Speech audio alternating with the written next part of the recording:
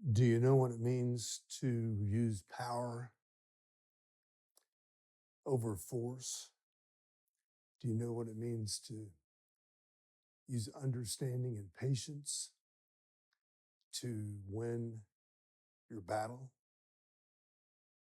Have you ever looked deep inside yourself and asked, is this protest? Is this anger or rage that I'm feeling worth acting out on right now? Will it get me what I want? Well, if you have, think along with me here, because I'm going to throw some stuff out that you may have not heard spoken of before.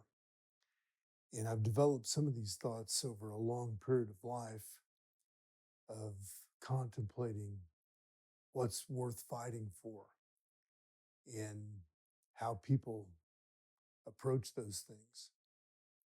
Have you ever heard of the phrase, and I've heard this mentioned mostly like around in some scenes in acting training, and then also I've heard some therapists refer to this, and they kind of laugh and they say it's never about the toast. And the classic scene is the man gets up in the morning and the wife is making dinner or breakfast for the man, and she's burnt the toast, and he's upset. He's scraping the toast off or complaining and making an issue about it.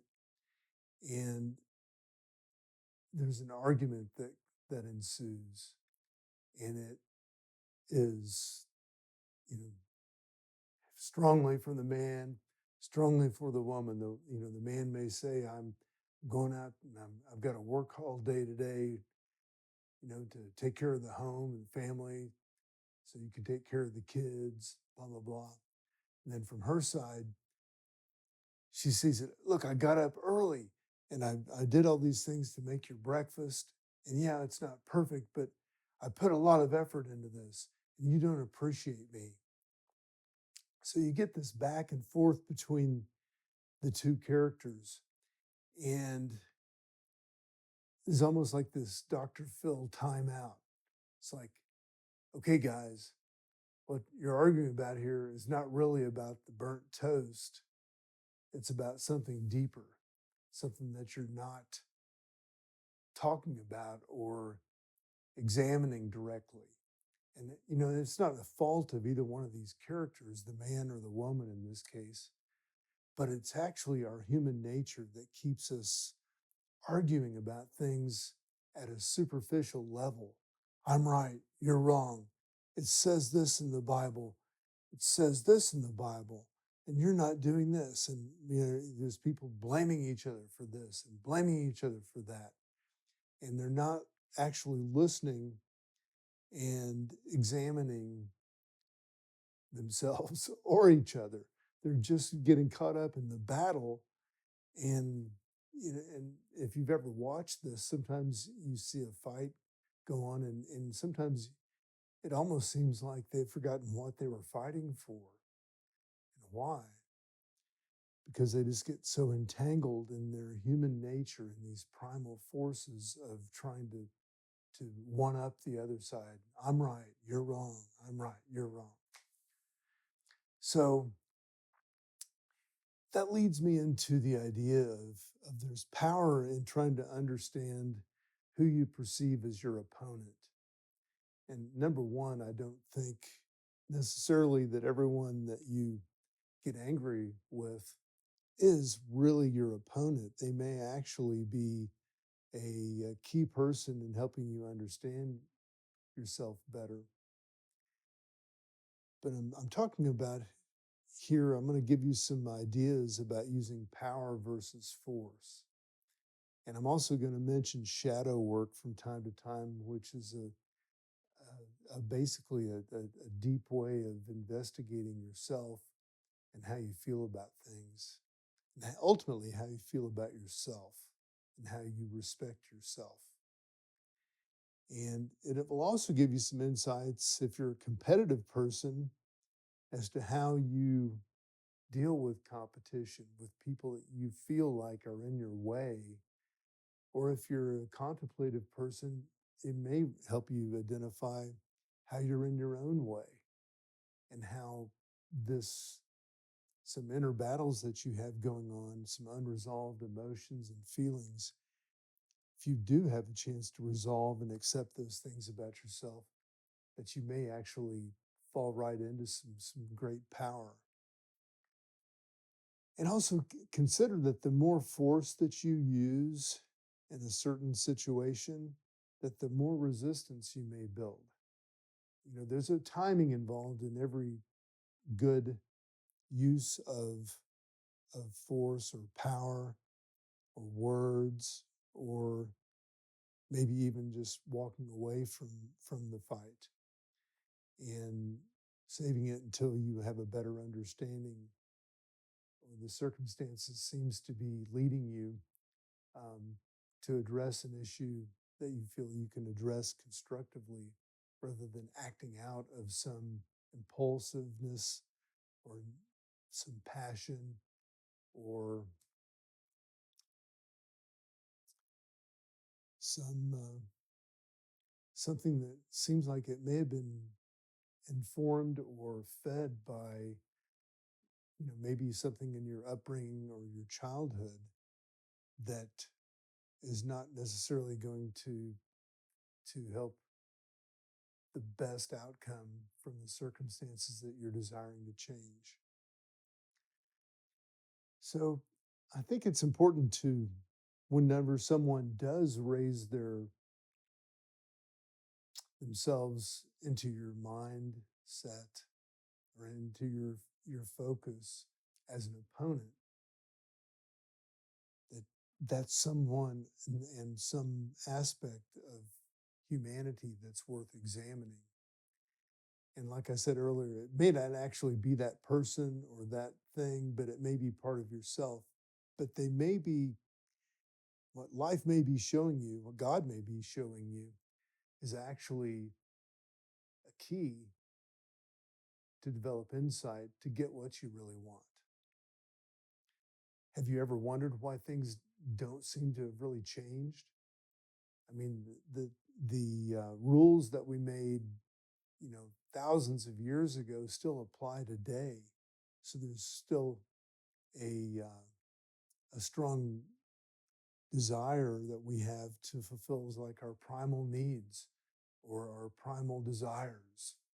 And so, you know, we look on the news and you see people killing each other, you know, having affairs, stealing, and basically repeating many of the things that we know. And I say that we know as a very general statement. We know these things are not healthy and good. And I think most people have an awareness, but they don't have the ability to, or the self control, or they somehow justify these things as the only option that's available to them. But just stepping back, I've I've wondered why it takes, um, or have we really failed? Because nothing really does seem to have changed. I think we're still fighting many of the same battles that I saw emerging around me when I was a kid. And that's kind of just, you know, that's not something I like to believe. I like to believe that we've made progress and that the things that we've achieved in this lifetime will change some values and some lives to establish a better future for my children and for yours. But that seems rather Pollyannish. That seems kind of oversimplified thinking because when I look around, I see we're fighting in the Ukraine. Russia has basically, um, you know, invaded a country. And then you see what's going on in the Middle East between Hamas and Israel, or the larger forces there.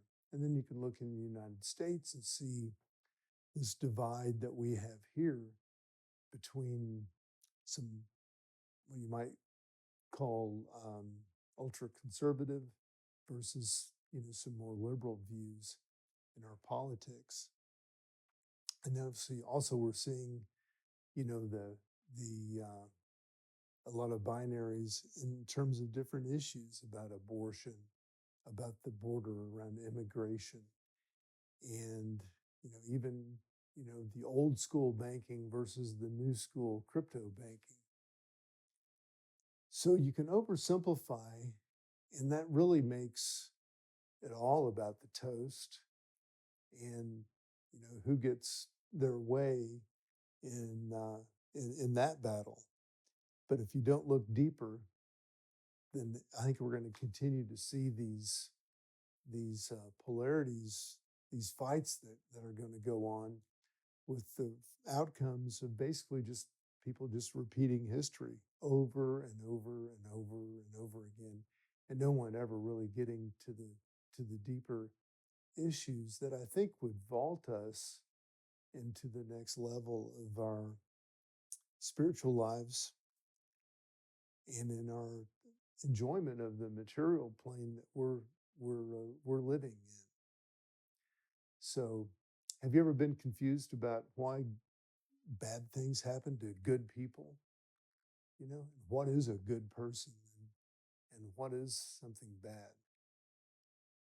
And there's, that's one of my points toward, is anything really changing? Do your prayers, are they really answered? Do they work? Have you ever questioned certain Bible verses out there, like one that says, resist not evil? Or how about take no heed for tomorrow? Try that one. That's a challenge. And then how about all things work together for the best of those who are righteous, or for those who love the Lord? How does that make you feel? Does that make you feel understood and supported? Or does it feel like you don't have a leg to stand on? So one of the challenges that I've realized is that we have these demanding time frames for the battles that we take on, for the things that we want to change immediately. And if we don't see an outcome that we have preconceived, and actually it may be our egos that have said, oh, if this will happen, then I'll feel supported by God, or by my prayers, or that right has been done. And so we want that solution not only implemented quickly, but we also want to see it done and for the outcome to look like what we expected.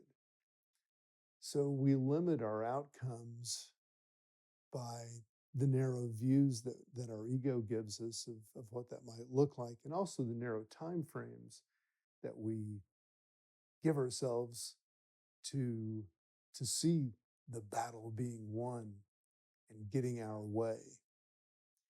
And what I'm going to propose is that we use patience and understanding. It may sound weak,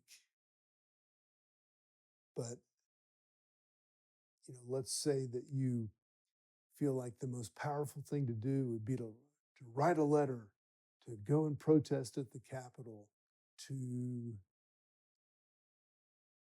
call up that person and tell them off, to do something forceful to get some attention to this issue, make social media posts, put your stake in the ground, show people who you are. Does that really, has that worked over time? Does that work in your life? Yes, it may in some, but it may not in all.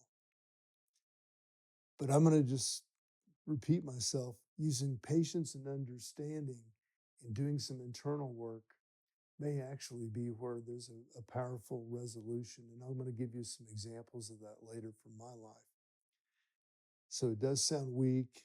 I've learned that there is some power in it, but it does make you do something, Because if you choose this route of patience and understanding and inner work, then you're investing your life into something very private and very much in alignment with you and the divine or God, the universe. And also it's a way to tap into your inner power, your inner resources, because in this deep work,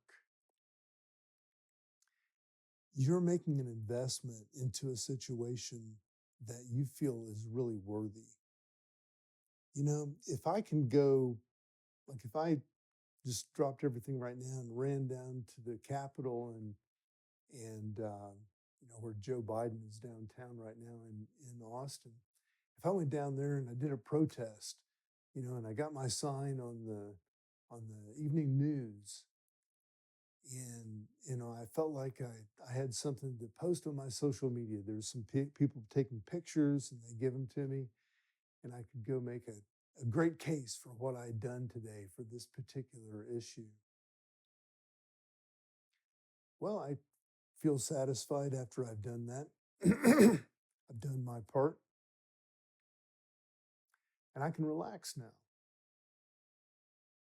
Yeah, I may have to do that again, and someone may notice what I've done. That's great. It may be effective. I'm not going to diminish that. But how much more important is it to me if I do forget it and let it go because I feel like I've accomplished something? Because actually today, it's very doubtful that any real change has occurred in that situation. And so it may actually take generations. It may take years. I mean, women had the right to vote, you know, several 100 years ago. Blacks had the right to vote, you know, well over 100 years ago. Um,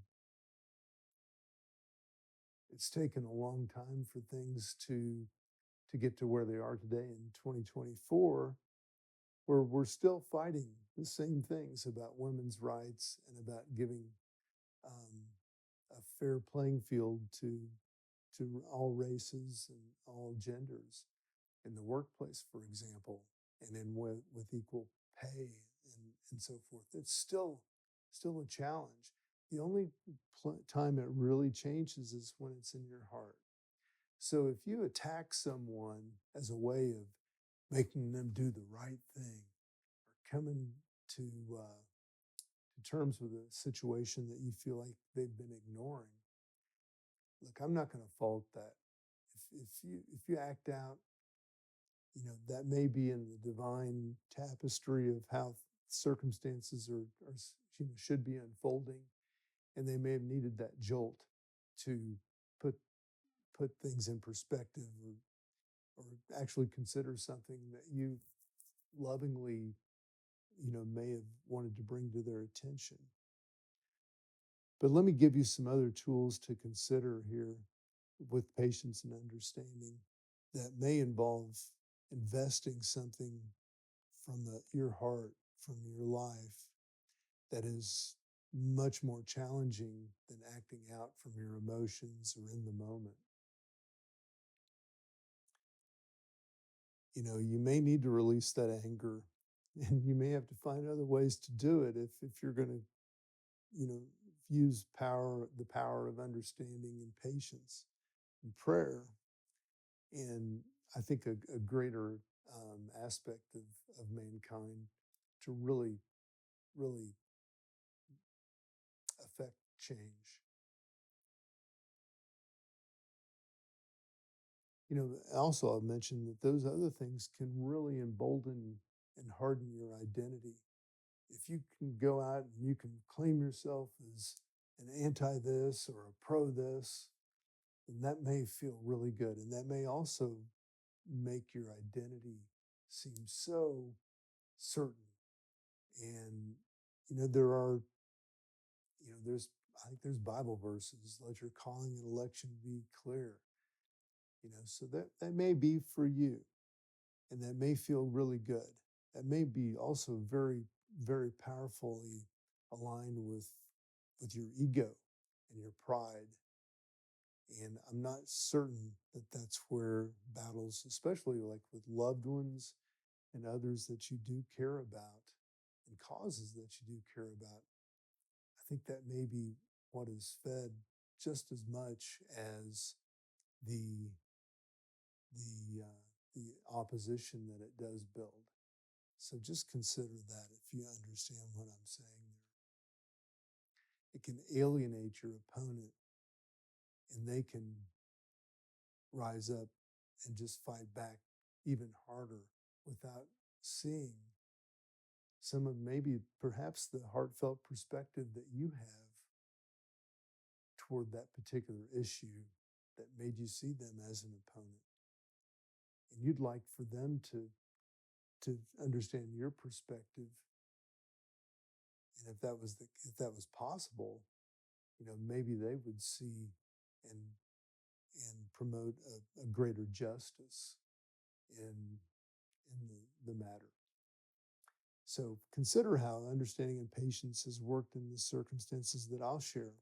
Like there's a major dispute that arose between two parents, and one of them refuses to be self-righteous about their position, even though the other, by common terms, and if everyone knew what they knew, might consider their position to be bad or not the best for the children.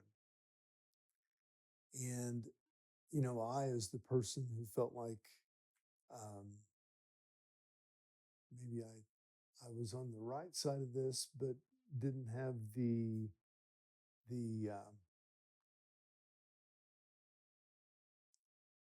power and the kind of the collective popular opinion to pursue a issue with the other parent. And there, of course, there were children involved as well, who the other parent I know loved. I chose to suppress some rage, and it came out from time to time, and for that I'm not proud, because there was some real anger in it. This was not an easy approach to allow this situation to unfold over a longer period of time, for the children eventually to have clarity, hopefully sooner than they would have. Potentially they could, if I would have acted out, that it could have emboldened them against me in this case for the rest of their lives and for mine. So years passed, in fact 20 years passed, and one day one of these children in the middle, who became an adult, they came to me and thanked me for showing the restraint, realized that I had not acted as potentially as forcefully as I could have at some point in this relationship.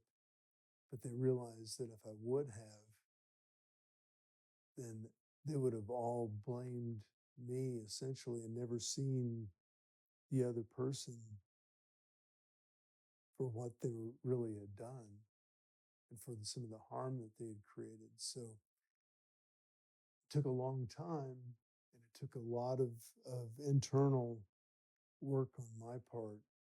And I'm not saying, that I can necessarily, put a cause and effect relationship together between the two. But the outcome was something that I thought was possible, but I was surprised that one of the most important person was not the opponent that I had, the other parent. The most important person in this case was the child that had been caught in the middle.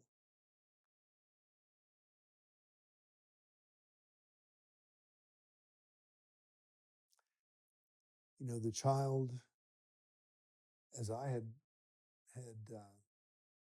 surmised earlier, that this other parent was picking up some patterns from their childhood, from their mother, and in fact had actually suppressed a lot of rage over the injustices that women had been dealt with for centuries, if not thousands of years. I mean, they were basically chattel of war. They'd been abused and mistreated for years. And as they were encountering freedom today, and probably with me, more freedom than most, because I really did love this person and I felt like it was very important for them to really feel free with their emotions and their own feelings, which may have ultimately caused them to have a breakdown because suddenly they actually had more power than they'd ever felt in their whole life. And it was something that, and I don't know if you've ever been around someone that's suddenly come into money or power or influence and just had an enormous change in their circumstance. But a lot of times that's very tough to deal with. You know, they talk about new money, you know, where someone's never had money and suddenly they get a bunch and they go out and they buy all these fancy cars and homes. And also you see that, you know, they don't really know how to, um, their character changes and they're doing a lot of things that are very uncharacteristic of the person that they used to be. And they have some hard lessons to learn as time goes on. But this person had come into a situation where she did have more power, and it took 20 years or more for some of those things to become evident to this person. But more importantly, to me, you know, the child that's involved here did get clear before she was able to repeat that in her life and pass that on to her kids. So that's the huge point here, is that those who have been powerless, you know, will act out, and it does take time to master the power that you suddenly find bestowed upon you. So I hope you'll try it and use some patience and use some understanding.